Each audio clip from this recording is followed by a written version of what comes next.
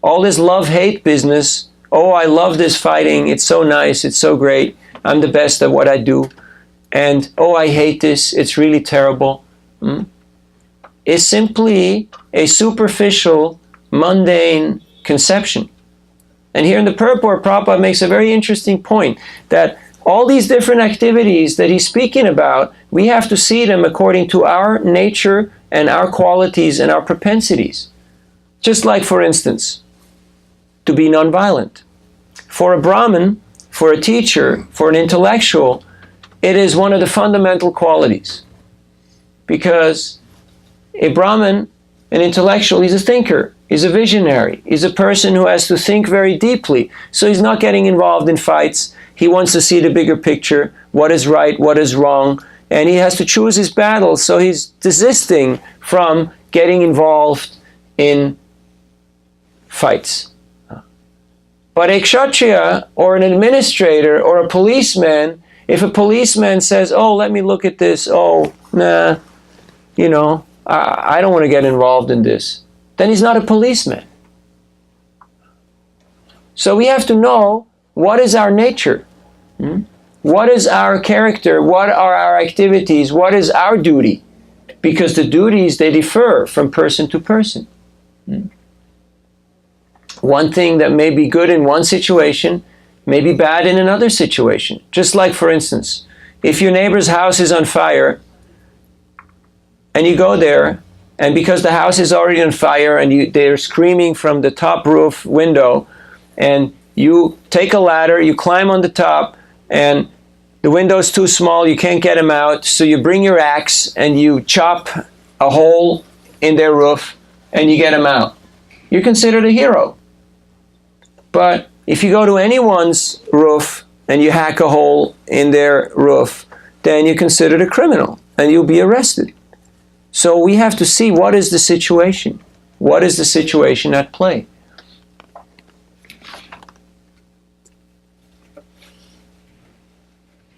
Fruit of results. It means I have a certain desire and I have a certain ambition and I have a certain sense of entitlement. It is my right. I want this and I deserve this.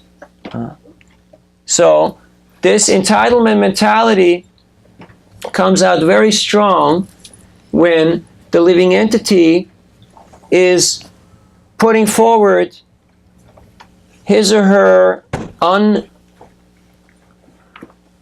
unpolished, raw propensity to control and enjoy in this world. Ichadvesha samutvena dvandva mohena bharata. This world is full of desire and full of hate. Because when people desire things, oftentimes what's happening is that you can't get what you want.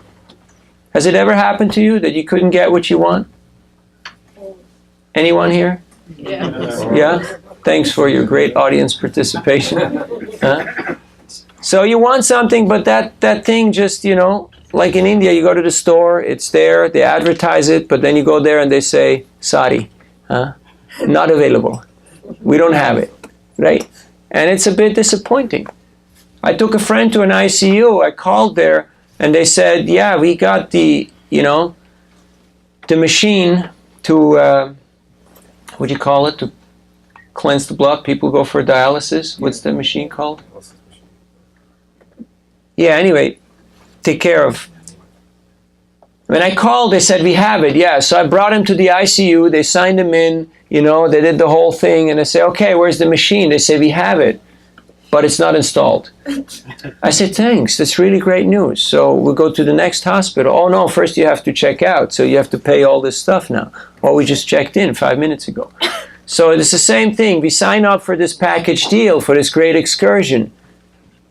Mature world, New York City, the Big Apple, the big dream, right? Everything is available, everything is doable, everything is perfect. And all of a sudden we realize it might take a little longer, it might be a bit more costly, and maybe not that comfortable. Maybe some things don't go according to my desire. So in spiritual life also, this entitlement mentality can creep in when our mind tells us, look, you've been chanting for 3 months now. Where's your ecstasy? Where is your peace of mind? Where is your effulgence? Where is your success in life? Has your mind ever talked to you like that? Yes. Or your mind is very quiet and doesn't talk with you? He just keeps quiet, sits in the corner, shuts up, minds his own business. So as soon as the entitlement mentality creeps in and we think, I deserve this because I have done such and such, so now it's time to cash out, then immediately what happens is frustration arises. Immediately. Dhyayato vishayapung sang sangaste shupajayate sangat sanjayate kama kama karoda vijayate. While contemplating the objects of the senses, attachment arises. We become attracted. We think, oh yeah, this looks nice. I want to have this. Huh? And then, when you see that you can't afford it, then there is some dissatisfaction. You ever seen people get dissatisfied because they can't afford something? Yes. You ever been in that situation? You know, I call it the moment of truth. When you swipe that card and it says card denied, they go, damn, what happened? And they start pushing their phone and, I haven't been paid, or my credit is up, or, when you realize that it's just not going to happen for you. Then there's that anxiety, that disappointment, that resentment, which turns into anger, into wrath. Why are they doing this to me? I'm such a good person. But it's our own fault because we have bought into this entitlement mentality. When I arrived back in the US from my little trip to India, and I came to the airport, and I came outside and I was waiting for my friend to pick me up. I tried to speak to a kind of youngish looking person, and he just ignored me.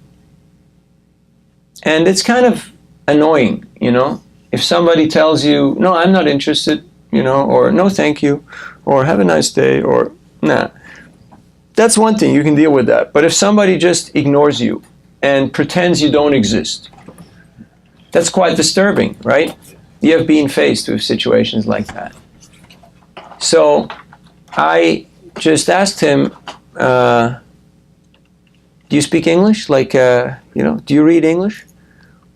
And he continued to ignore me. So then I just moved away and waited. And then his father came to me. And he told me, my son is very upset with you. He feels offended by you. And my name is Jagannath. He's from Orissa. So, and I got the message, okay, don't be attached. You can talk to people, you can try to be nice to people and share your, whatever it is that you want to share with people, but whether they respond or not and how they respond, that's really not in your hands.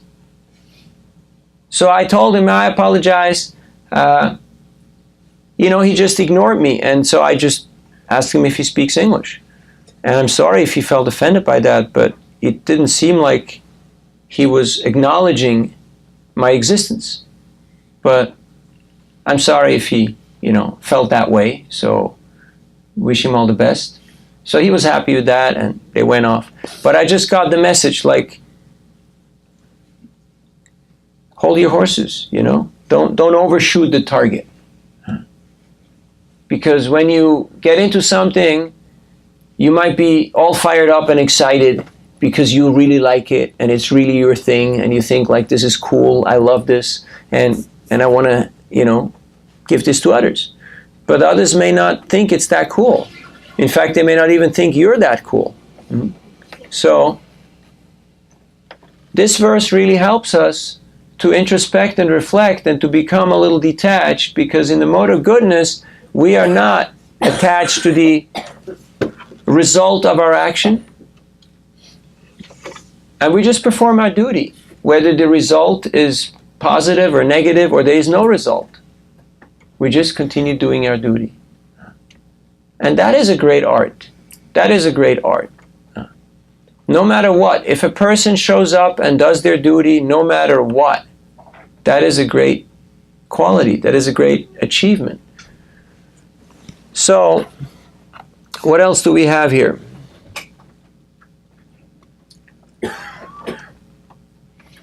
Doing things just because we like or dislike them, that is a very superficial and mundane type of mentality and mindset. Doing them out of a sense of duty, that is definitely a higher state of consciousness, being duty bound. But an even higher state of consciousness is to try to understand what is Krishna's desire. What does Krishna want? What does he want me to do in this situation? Just like Yudhishthira, Arjuna's older brother, he was a very dutiful king. And he was known as Dharmaraj, as the one who follows all the rules. He was known as the one who never spoke a lie. But at one point, Krishna asked him to speak a lie. But he didn't do it. I mean, initially he didn't do it, and later on he did it, but he kind of was very apprehensive, because he had that title of being the person who's never spoken a lie. And because he defied, he did not follow suit, he got into trouble. So sometimes a lesser rule has to be broken for a higher rule. Just like the example with breaking into someone's roof in order to help them to get out. That is a lesser rule. Don't chop up people's roofs. It's a rule, but it's a lesser rule. To keep your neighbors safe and alive, that is a higher rule. That is a greater rule. So sometimes, in order to follow a greater rule, a lesser rule can be broken or bent. So in a similar way, in our spiritual practice, we should not fall into the pedantic category of getting very absorbed in rules and regulations and technicalities, but losing the bigger picture. What is the purpose of my activity? What am I trying to do? What am I trying to accomplish? Who do I want to please?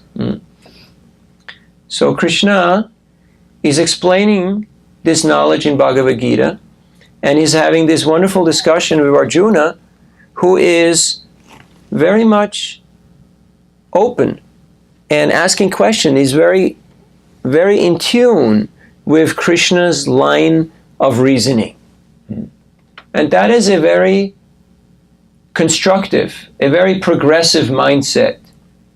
So in a similar way, when we read the Bhagavad-gita, if we have also this type of mindset of attitude that I would like to understand, I would like to enter into this dialogue, I would like to apply this in my life, then there's many more takeaways than when we go into it with a different type of attitude. I was distributing Prabhupada's books on Market and Powell a few months ago, and I met a man who said, I know this person here. He pointed at Prabhupada's picture. I know him. I met him in New York. I said, when was that? He said that was 66 or very early on. He said, I walked into the store and they said the Swami is out in the back in the apartment, so they brought me up to his apartment. And then I sat down, and he said the man was sitting at his low desk, and I sat in front of him. And for 40 minutes, he wasn't saying anything, and I wasn't saying anything, but it was perfect. Because he knew that I knew that he knew. Now this is San Francisco, so you can't really understand this here in New York, you know. And he said it was spiritual, it was real, it was magnificent. And after 40 minutes, he told somebody, just give him some food, and then I got some vegetarian food, and then I left. And he said it was perfect. And he had to wait for 50 years to get a book. Because when he was in Prabhupada's room, he was not ready to listen. So Prabhupada didn't speak to him, because he saw this fellow, he's not interested. He's not there. He wants something else. So he just kept quiet. In a similar way, we may be physically here, but are we emotionally, intellectually, are we spiritually here and ready and eager to listen? And I hope we don't have to wait for 50 years before, we get the book again and we're like, okay, now let me try to understand this and read this. Because it's not a matter of physical proximity. It's a matter of consciousness. So Krishna spoke the Gita to Arjuna because he was non-envious. He had a friendly attitude. And he really wanted to understand. So this is the 18th chapter of the Bhagavad-gita. It's the encore. It's the bonus track. Krishna is wrapping it all up. He's giving a nice overview of all the topics that have been described in the Bhagavad-gita. And here he is speaking about action with a sense of detachment, not being in love or averse to the action, not being attached to the fruits of the action, but doing it in a sense of duty, and even better so, doing it with a sense of pleasing the Lord through one's actions. That is activity in a mode of goodness. So that is today's topic. We have time for questions and discussion. Hey Atma. Hi, bro.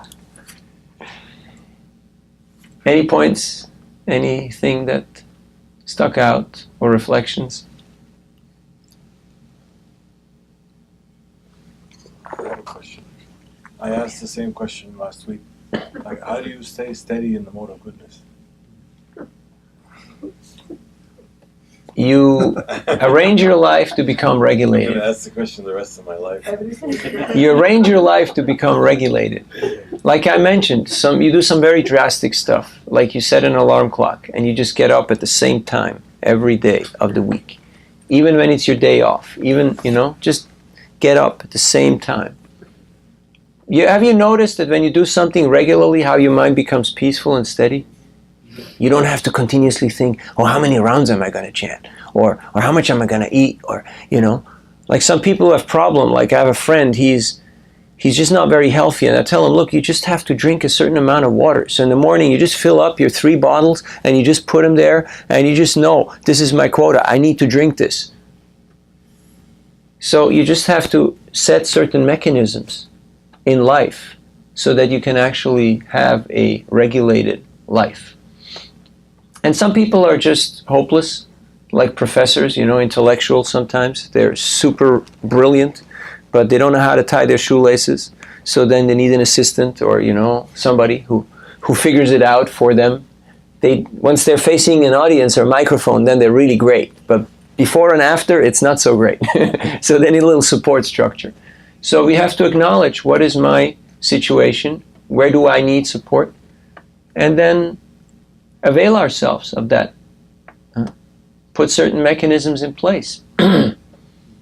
And different people have different natures, so we just have to learn how to be functional and Krishna conscious in our own life. And rather than taking up someone else's duties, understand what is my nature, what are my duties, what are my responsibilities, and then do the best we can.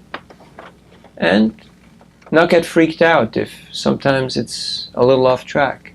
But there's a certain focus, there's a certain drive, there's a certain direction, a certain sense of purpose.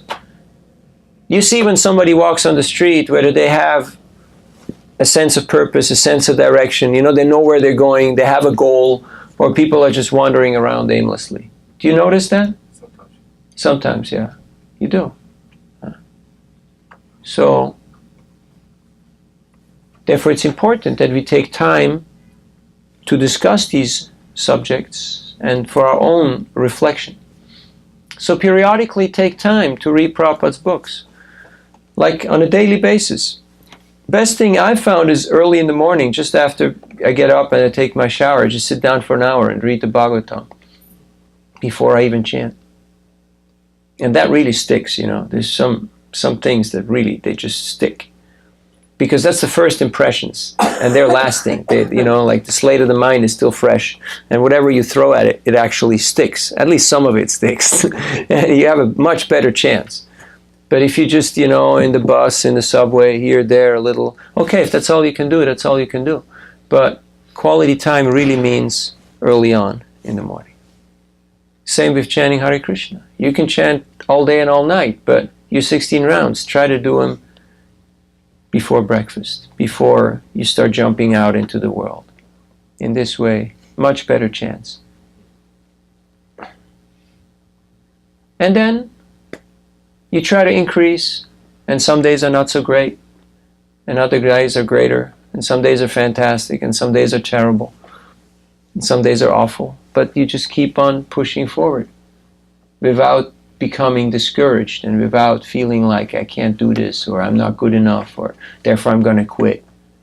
It's the hardest thing to just stick to the process, to just stay with it.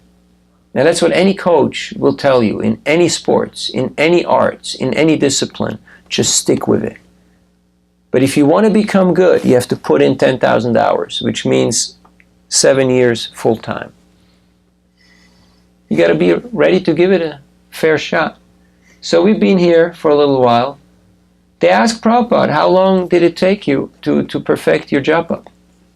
And he could have said, hey, I was born like this, my dad was a pure devotee, I know how to do this, I came from here and there. No, he said 40 years. He said, it took me 40 years to perfect my japa. So, I don't see too many here who have crossed the 40 mark as far as, chanting goes. And as I tell people, I've been working at this for 36 years, but there's still a little room for improvement. And I think if you be honest, I think you would also acknowledge and second that. And most people, they say, yeah, there's a little room for improvement. So, can get better. Can get better. So I don't know if this helps. Yeah, it helps. Yeah, sure. Or you can... I'm going to try the reading early in the morning. Yeah. And chanting japa. Not early in the morning like that. I'll try half an hour. Yeah. An hour is a lot. Have you noticed when you chant before breakfast what a difference it makes? Different quality of japa. You can still do those other rounds, those other rounds during the day. It's okay. It's great. We should chant as much as we can. But to just chant before we start getting busy with, it's invaluable. Actually, Jayadvinta Swami said the same thing about reading. He said the first thing he does when he gets up in the morning is he starts reading. Yeah, he's a great role model. And that means also a little bit our lifestyle, who do I hang out with, what's my habits. Like all these devices, they have a flight mode, So use it, it's there for a purpose. Not just when you actually take a plane, but you can just press it. Otherwise, the CPU never sleeps, you just become so busy with being busy that we never really get to the actual substance, what's actually important in our life. Because we want to communicate. So these devices are there for communication, but if I'm not capable of communicating with Krishna, I'm not capable of holding a decent level of conversation with the people who are near and dear to me, because there's so many distractions and so many things that are blocking this, then it's time to simplify. Simplify. So another great mantra is just, simplify, outsource, delegate. Just be a little generous. Give away some of those tasks that other people can do. And simplify our own lives to focus on what is really important and meaningful, to the essentials. Because that's what no one can do for you. That's what we have to do. And put good effort and attention on that. Thank you. Other questions? Yes. Hare Krishna. How do you reconcile the discipline that you just mentioned and you described very thoroughly with the fact that we are also not the supreme controllers, and that one day your alarm may not go off? So with that sense of control that we many of us have, so Sure. I may have my standard practice to wake up every day at 4, and I have this discipline, but then one day, Doesn't happen. it doesn't happen. For whatever reason. Yeah. So then don't freak out and, go ballistic and become depressed or start, blaming. Then just recognize, yes, I'm tiny, I'm a conditioned soul, I'm not in control, some things are beyond me, but I'll try to do better. There's always a next day, there's always another chance, right? And one thing that I have noticed is that if I have the desire to do something and I endeavor with honest and earnest means, Krishna helps. Have you ever noticed that if you want to get up at a certain time, you wake up right before that time? Yeah. It's like 5 minutes before. 5 minutes, 1 minute, whatever, however you tell Krishna, just and it's kind of cool, So it really, you just have to know what is it that you want. And not that you make Krishna your order supplier, but you just tell him, I'm ready, I want to do this, I want to get up, and I'd really appreciate if you can help me. And it works for many things. But if sometimes it fails, then just adjust and carry on. A little bit of remorse is good, but don't, get into a guilt trip. So, today is also a special day. Today is the appearance day of Madhavendra Puri, who is the spiritual master of Lord Chaitanya's spiritual master, Ishwar Puri. And his detachment from name, fame, and glory is so exemplary that I'd just like to recount one incident where he received a pot of sweet rice, which was stolen by Krishna himself. The deity had hid that pot. Kshira Chora Gopinath in Remuna, to give that pot of sweet rice to his devotee Madhavendra Puri, who had in his mind thought, when he saw the deity, he was thinking, oh, they're offering such nice preparations, and I wanted to offer this same item to my deity, Gopal, so I wish I could taste it so I would know how to cook it so I could please the Lord. But then he caught himself in his mind and was thinking, what am I thinking? The offering is going on. The Lord has not enjoyed this. And I'm trying to figure out how this tastes. This is very bad. So he felt upset and he left the place, the temple, and he went to the marketplace and was chanting. And then later on, the pujari awoke because Krishna came to him in a dream and said, I have stolen this pot for my devotee, please bring it to him. So he brought him that pot of sweet rice, and Madhavendra Puri was very thankful and very touched and very ecstatic about this great manifestation of Krishna's love and affection for his devotee. But immediately he left that place,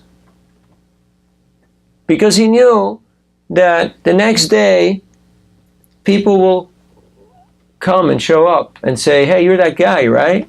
You're the guy, right? You're that person. And, Krishna stole this sweet rice for you.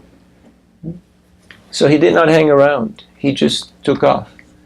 So I think it's something that we can all try, maybe for a week, that you just do what you need doing, and I'm sure you all do fabulous things because you're accomplished people in your own rights. But you don't hang around to take the credit for it. You don't wait for people to appreciate, glorify, thank, acknowledge. You just do what needs doing with a sense of detachment and a sense of appreciation of Krishna's potency, who is acting, in this case, through you. And that's what Krishna is speaking about here in this verse. Acting according to the mode of goodness, to have a sense of detachment and not being attached to the activity, to the fruits of the activity, but performing one's actions for the pleasure of the Lord. Just as a mind exercise, try it out for a week. See how it works. Maybe you like it. Maybe all of a sudden, life takes on a whole different dimension. Because as long as I'm still thinking that somebody owes me something, or I owe something to someone else, then it's always this love-hate relationship, and certain people who I try to avoid and other people who I really like, and we're always in this emotional turmoil of, attraction and repulsion. But rising to that higher state of Brahmabhuta Prasannatma Naso Chatina Kankshati, of not being caught up in desire and hate and repulsion, but in understanding I'm doing my level best with whatever Krishna has given me for his satisfaction. And I'm not hanging around for the photo shoot. I'm not sticking around to get acknowledgement. Then we can actually get a glimpse of this purport and verse that Krishna is trying to talk about here. What it means to be detached in our activities. We have time for a couple of more? Yes. Thank you for being here. I was wondering, how would I know what Krishna would want me to do in a more clear way?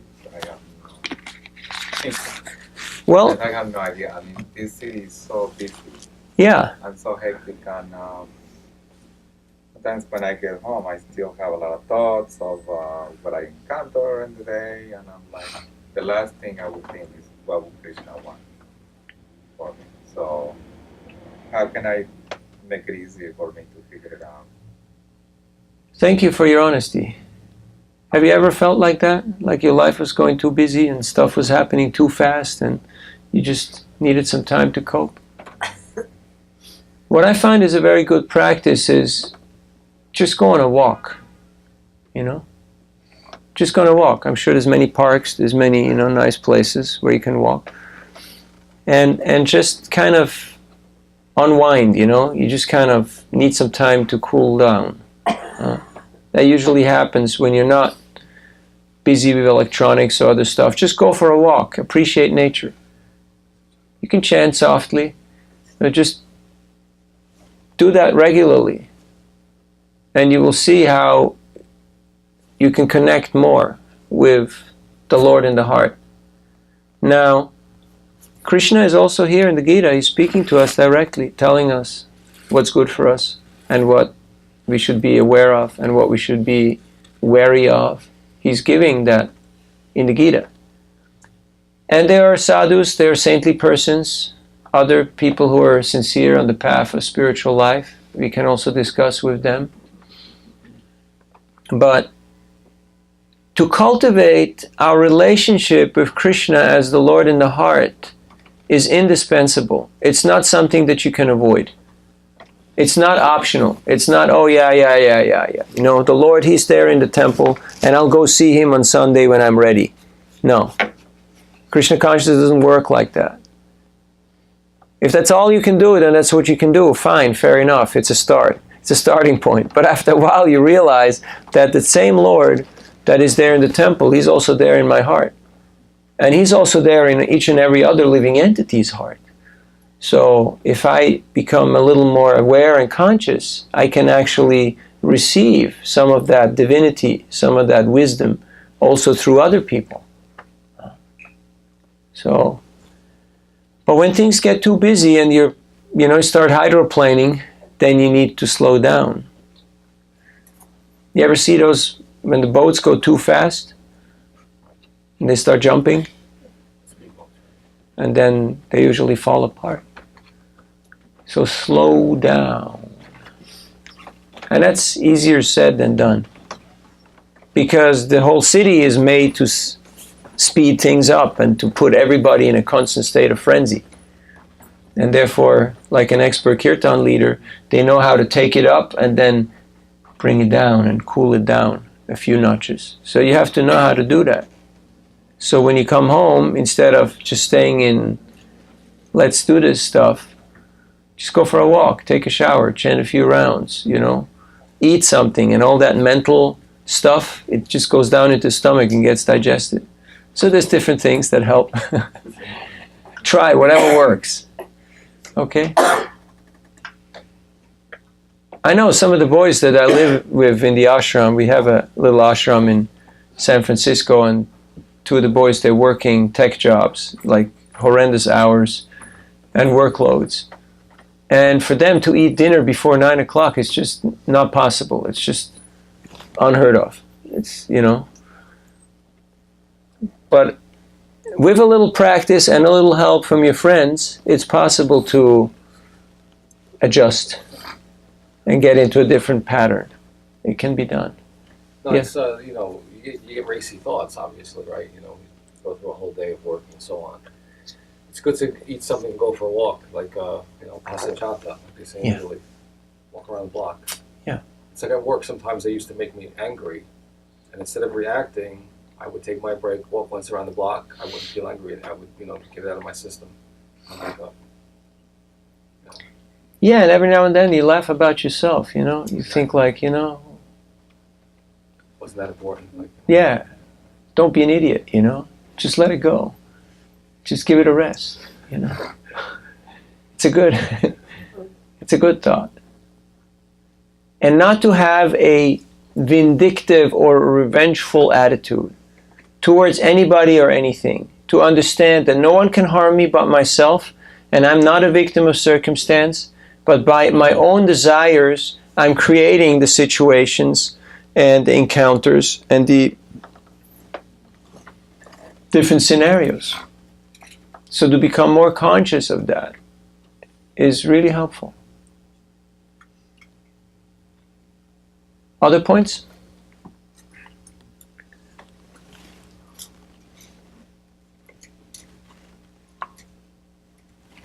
Yes. It says in the purport about the occupational duties to be performed without attachment of the proprietary rights and therefore without any love or hatred. So does it mean that love equals attachment?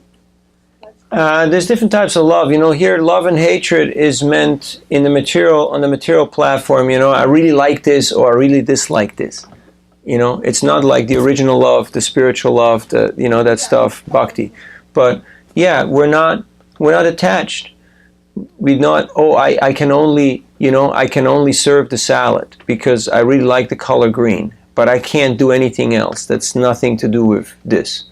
Otherwise, we limit ourselves when we have this, personal preferences of likes and dislikes. Tell me your question again. I want to know if in this material sense, even when we're talking about occupational duties or whatever, Yes. right, if love equals attachment or less. Like, Yeah, absolutely. Whatever you love, you become attached to it. It's natural. That's just a sequence. and then if, let's say, a person has the duties that are according to his nature, Yes. it wouldn't be natural that you love what you do, then you should not do it. No, you should do it, but with a sense of detachment, understanding that there's different factors in the activity. As we spoke earlier, and daiva is the most powerful factor. So even though you want to do what you want to do, oftentimes you can't really accomplish what you want to accomplish. Otherwise we would all be millionaires, resilient, fully accomplished, totally successful, established, everything's going just perfect. But somehow, we're here. We're kind of doing okay, but could always be better, right? But as devotees, as aspiring spiritual practitioners, I understand that whatever success and failure comes in my life is a gift of Krishna. And thus, I'm not seeing it as a punishment or as my own glorious achievement, because I understand this is what Krishna has given me, so I can grow, so I can advance. And all of a sudden, your most loved occupation may become something that you just don't want to do anymore. Because we go through life, we go through different stages. Just like we were speaking here about Arjuna, he's a Kshatriya. And at some point, you got to get out of control mode, because you can't keep on this control mentality forever. It just doesn't work. Even from a material point of view, from a managerial point of view, there's a certain cutoff point for everything. Whether you be an investment banker or a cop or a politician, there's a certain age where you just have to let it go. And then be content with whatever it is that you can do. The easier that comes, the more we practice it throughout our lives. Ultimately we got to walk away from this body, or else we'll be evicted and, forcefully thrown out. But if you say, hey, I'm leaving, I get the message, it's time to go, then, we can do this the hard way, or we can do this the nice way. So a spiritual person is a person who understands how things move, and they go along with it. Even it may not be pleasurable, it may not be comfortable, it may not be joyful from a material point of view, but you get the idea, you get the drift. Whereas for a materialistic person, this is the worst scenario. I'm getting old, I'm getting diseased, this body is dying, is decaying. It's a very frustrating situation. So,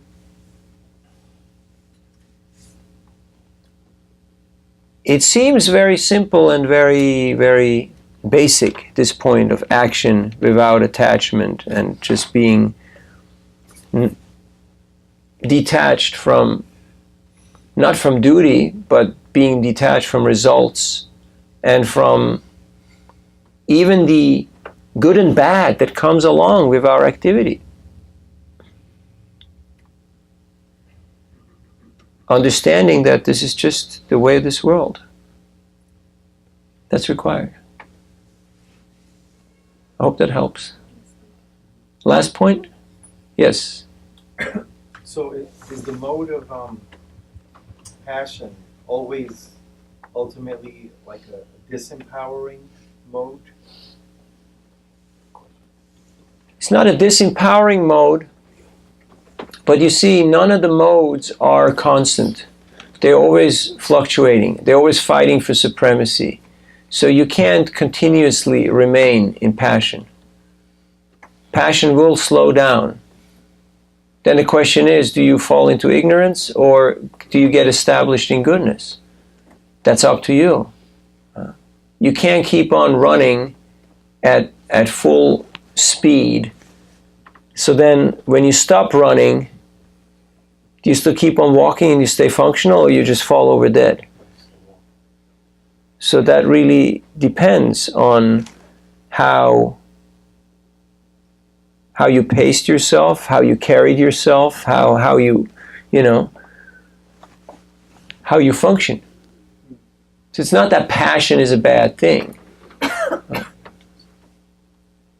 But you have to know what it does, how it works, and you also have to know that oftentimes when we get in certain situations, you get carried away, and it seems like you're not in control anymore. Therefore, from the mode of goodness, it's very easy to practice spiritual life, whereas from the mode of passion and ignorance, it's very difficult. Just like you got to be on the ground floor in order to exit. If you're in the basement, or you're on the first or fifth floor, then you can't exit the building.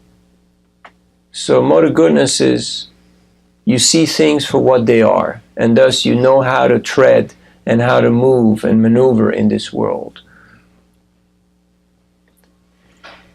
So not stopping action, not, you shouldn't be passionate about life, that's fine.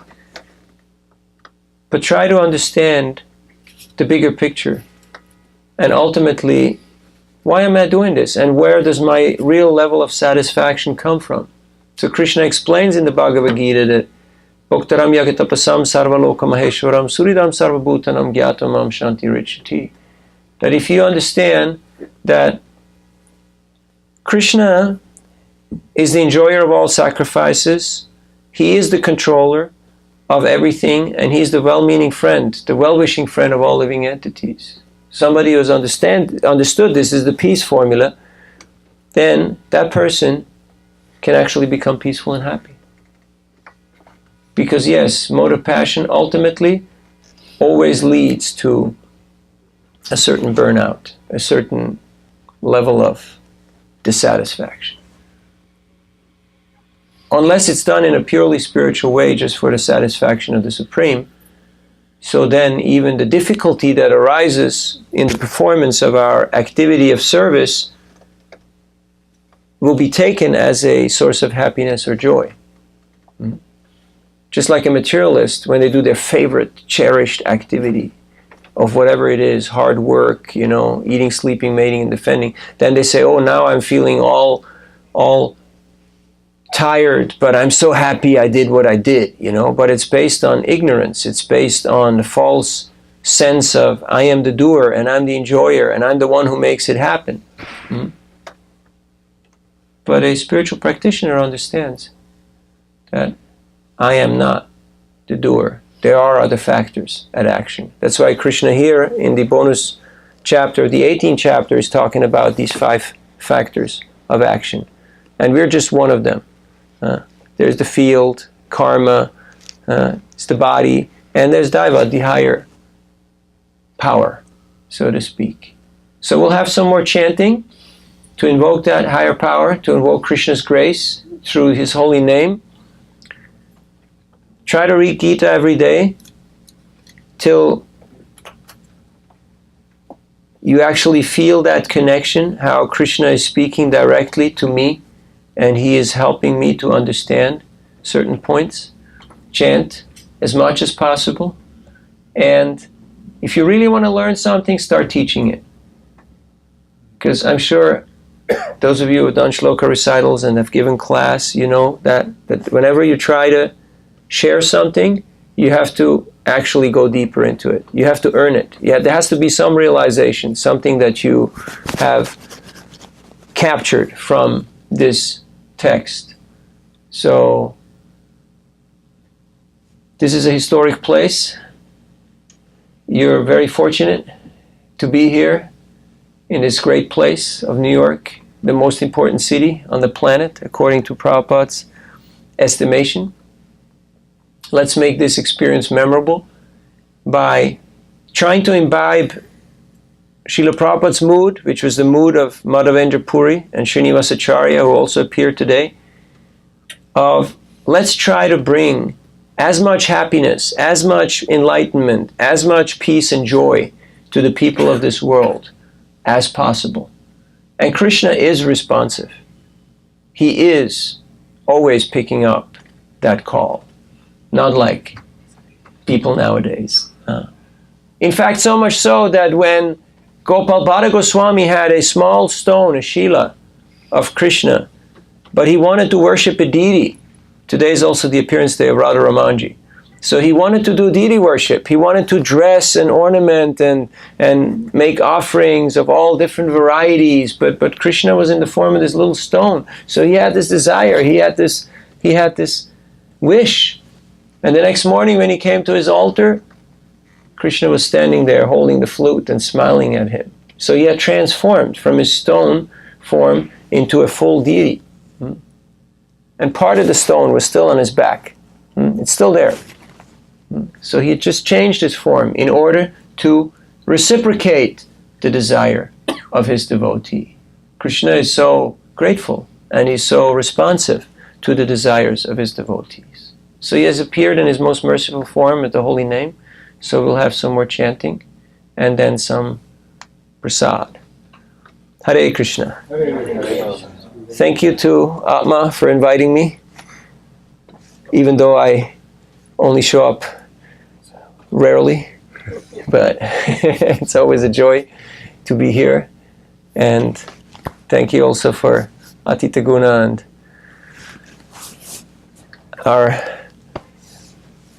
her dear husband to be here and grace us, Pancharatna Prabhu.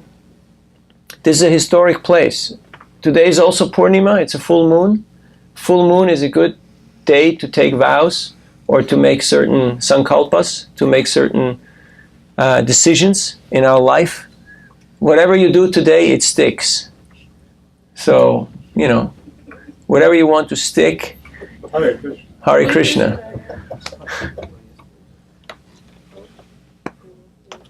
Hare Krishna.